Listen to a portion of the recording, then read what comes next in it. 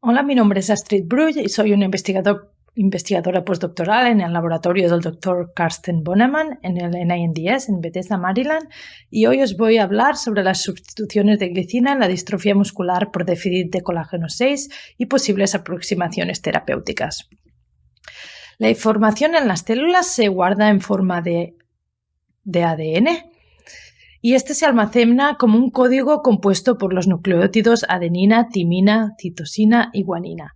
Las partes de esta secuencia que codifican por una proteína es lo que llamamos genes, y durante la expresión de un gen, el ADN es primero transcrito a ARN y luego este servirá como plantilla para su traducción y formación de una proteína, que es quien va a desarrollar una función específica dentro de la célula.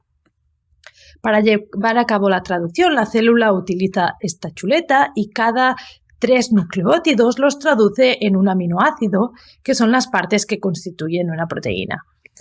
Como podéis ver aquí, cualquier pequeño cambio en la secuencia puede tener un gran impacto, ya que puede producir un cambio en la composición de la proteína resultante.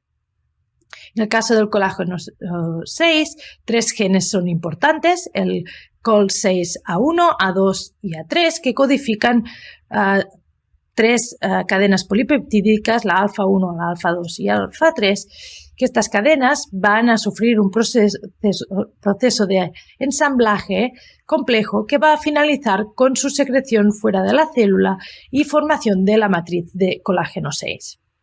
En el laboratorio nosotros podemos teñir este colágeno 6 para estudiarlo, y aquí, como podéis ver en verde, mostramos el colágeno 6.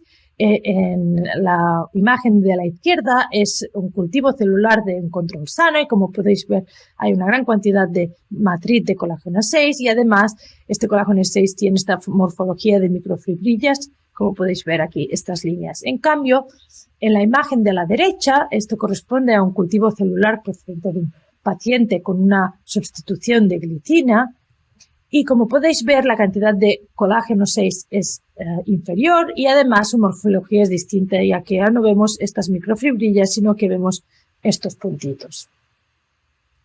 En la distrofia muscular por déficit de colágeno 6 existen diferentes tipos de mutaciones con un efecto dominante negativo, pero yo solo os voy a hablar de las sustituciones de glicina, y estas estas mutaciones podemos encontrarlas en los 3 genes y suelen producirse por una sustitución de una guanosina por una adenosina, y se suele localizar en el extremo N-terminal del dominio de la triple hélice. Como ya os he dicho, tienen un efecto dominante negativo y además son particularmente difíciles de tratar a nivel molecular, debido a que la copia mutante solo se diferencia de la copia correcta en un solo nucleótido. En nuestro laboratorio trabajamos en el desarrollo de aproximaciones terapéuticas para las sustituciones de glicina, y volviendo al dibujo que os he mostrado al principio, os voy a ir indicando a qué nivel de este proceso van dirigidas las aproximaciones terapéuticas que estamos desarrollando. En la primera de ellas, en esta intentamos editar el ADN utilizando la técnica CRISPR-Cas9. Este proyecto lo lleva a cabo la doctora Veronique Bolduc y se basa en el uso de una guía de ARN, aquí en amarillo, que va a guiar la proteína Cas9 en verde para que corte el ADN en un punto específico. Al cortar el ADN, el que hace la célula es intentar repararlo, y si no tiene una plantilla, durante esta reparación se pueden añadir errores. Estos errores pueden ser adición de nucleótidos o deleción de nucleótidos. Si esto se produce, lo que pasa es que luego, durante la traducción, cambia la pauta de lectura, por lo que se va a producir proteínas que van a ser anormales y la célula va a degradarlas. Con eso, si la doctora Bolduc diseñó estas guías de ARN específicas para que guíen la proteína Cas9 a que corte solo la copia mutante de DNA y deje intacta la copia de ADN sana. Para eso introdujo a las células estas guías que diseñó, más la proteína Cas9 junto con una proteína que se ve verde, y de esta manera seleccionamos solo las células de pacientes con en este caso intentábamos tratar la mutación G290, pues con células de pacientes con esta mutación, y seleccionamos solo las células verdes que indicaban que eran las células que habían recibido el tratamiento. Después de aislar estas células, analizó el ADN y miró qué copias, si la mutante o la sana había recibido estos cambios, estas modificaciones causadas por la célula cuando intentaba reparar esos cortes, y vio que con la guía 3A estas modificaciones eran específicas solo de la copia mutante y que no se producían cambios en la copia sana.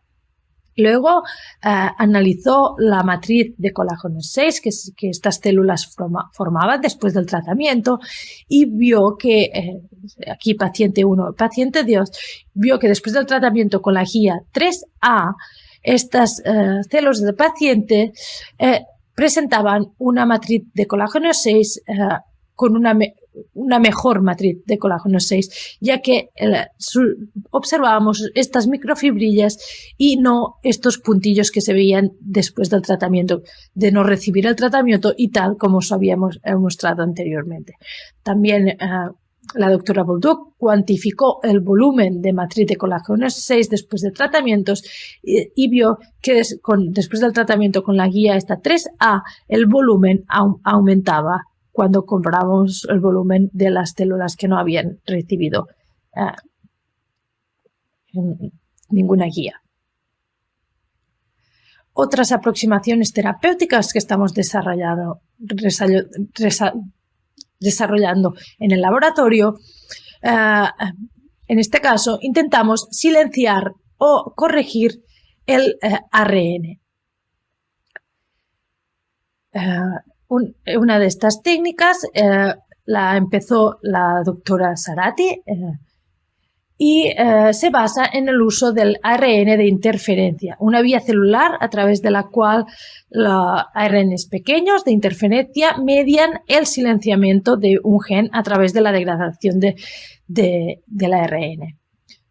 Pues la doctora Sarati diseñó diferentes ARNs pequeños que diseñados específicamente para solo degradar la copia mutante y dejar intacta la copia sana. La doctora Sarati encontró este SI6 que era muy eficiente, pero silenciaba las dos copias y no solo la mutante, por lo que introdució diferentes modificaciones a este SI6 y lo testó en las diferentes en las células de pacientes. En este caso intentábamos silenciar la copia de ARN mutado con la mutación 293. Lo probó en las células de pacientes, y aquí lo que cuantificamos fueron los niveles de ARN después del tratamiento. En negro se muestran los niveles de ARN sano y en rojo los niveles de ARN mutante. Y como podemos ver aquí, después del tratamiento con el SI6, con diferentes dosis de este SI6, vemos que ya a bajas dosis los niveles de ARN bajaban después del tratamiento, pero lo que vimos es que las dos copias, la sana y la mutante, bajaban, y esto no nos interesa, solo queremos bajar la mutante. Por lo que con los otros, los ARNs pequeños que diseñó la doctora Sarati, vimos que algunos de ellos presentaban más especificidad por el ARN mutado, pero encontramos el SI610G que en todas las concentraciones que probamos era específico solo para la copia mutante y solo silenciaba la copia mutante, dejando intacta la copia sana. analizamos la matriz de estas células tratadas con estos RNs pequeños. Estos son imágenes de controles sanos, donde vemos las microfibrillas, aquí cuantificando el nivel de volumen de colágeno 6. Estos serían imágenes de pacientes con esta mutación, donde vemos los puntillos, y después de tratar estas células con el SI6, vemos que desaparece el colágeno 6 porque hemos silenciado el mRNA de las dos copias. En cambio, cuando tratamos estas células con el SI681 o el 10G, pero especialmente con el 10G, vemos que la matriz de colágeno 6 de estas células mejora.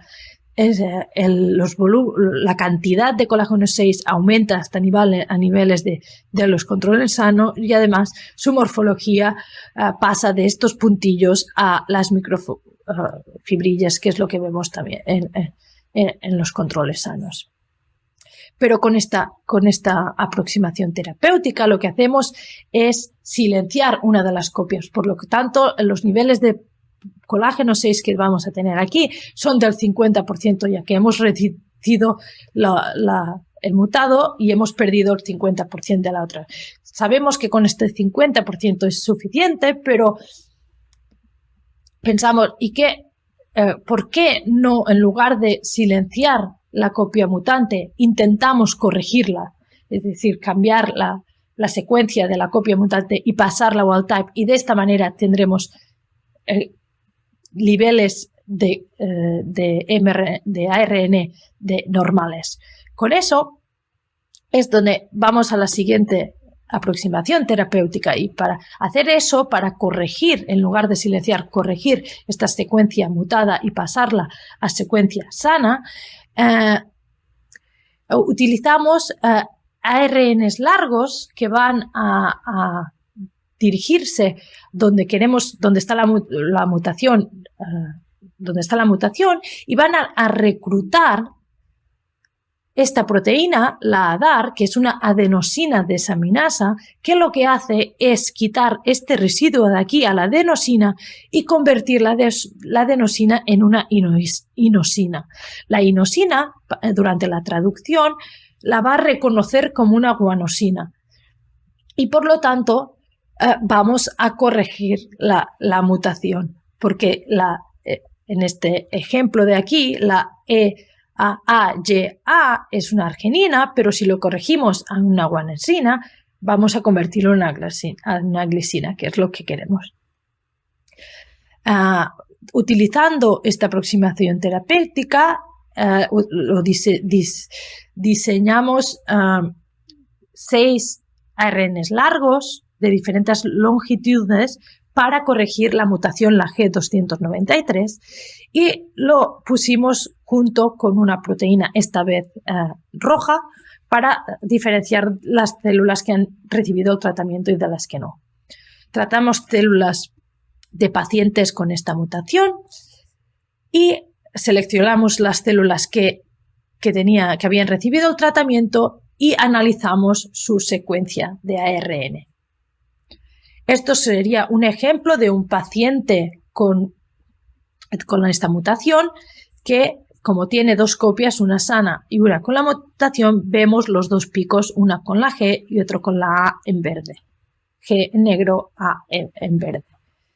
Pues después de tratar estas células con estos ARNs largos, también utilizamos controles negativos de las diferentes longitudes, y como es de esperar, con los controles que no esperamos que haya una edición, vemos los dos picos, pero cuando tratamos estas células con los ARNs largos que dirigen esta adenosina desaminasa, donde está la mutación, para que la editen, vemos que con el RNA largo 1, 2 y 6 vemos que ha habido edición, es decir, que se ha corregido la mutación, como vemos aquí, especialmente con el 1, donde el pico de A verde se ha disminuido y el de G ha aumentado. Es decir, hemos cambiado esta A por una G, aumentando los niveles de la G.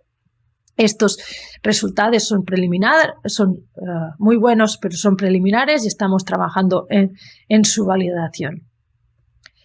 Todas estas aproximaciones terapéuticas que os he mostrado son dependientes de la secuencia, es decir, cualquier variación en la secuencia puede disminuir su eficacia.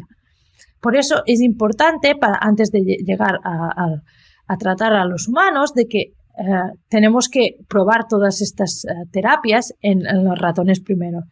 Pero lo que pasa es que la secuencia de estos genes entre la secuencia humana y la de ratón son distintas. Por lo tanto, no podríamos probar estas terapias en el ratón. Pero para solucionar eso, la doctora Bolduc generó un ratón humanizado. ¿Qué quiere decir con eso? Es que quitó la parte de esta parte, en este caso del colágeno 6 alfa 1, y quitó esta parte de la secuencia del colágeno 6 alfa 1 del ratón y puso la secuencia humana. Y es decir, que este ratón tiene todo lo que es en azul, tiene la secuencia de ratón, pero lo que es en verde es la secuencia de humano. Y aquí es donde se encuentran la mayoría de mutaciones en este gen que causan el déficit de colágeno 6. Utilizando este ratón, lo que estamos haciendo ahora es generar nuevos modelos de ratón para las sustituciones de glicina.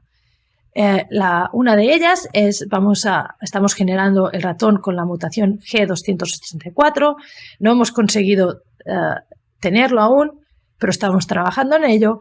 Y hace tiempo, en una reunión previa con la Fundación Oelia, dijimos que ya teníamos este ratón humanizado con la mutación G293, pero desgraciadamente aquí es como vimos que creíamos que teníamos el ratón con el cambio de la G por la A, pero después de analizar más profundamente este ratón, decidimos secuenciar todo el gen COL6A1 y vimos que este ratón, además de la mutación que queríamos, tenía otra mutación en el exón 9.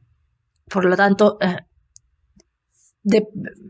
no podemos utilizar este ratón y hemos tenido que volver a empezar. Pero estamos trabajando en ello.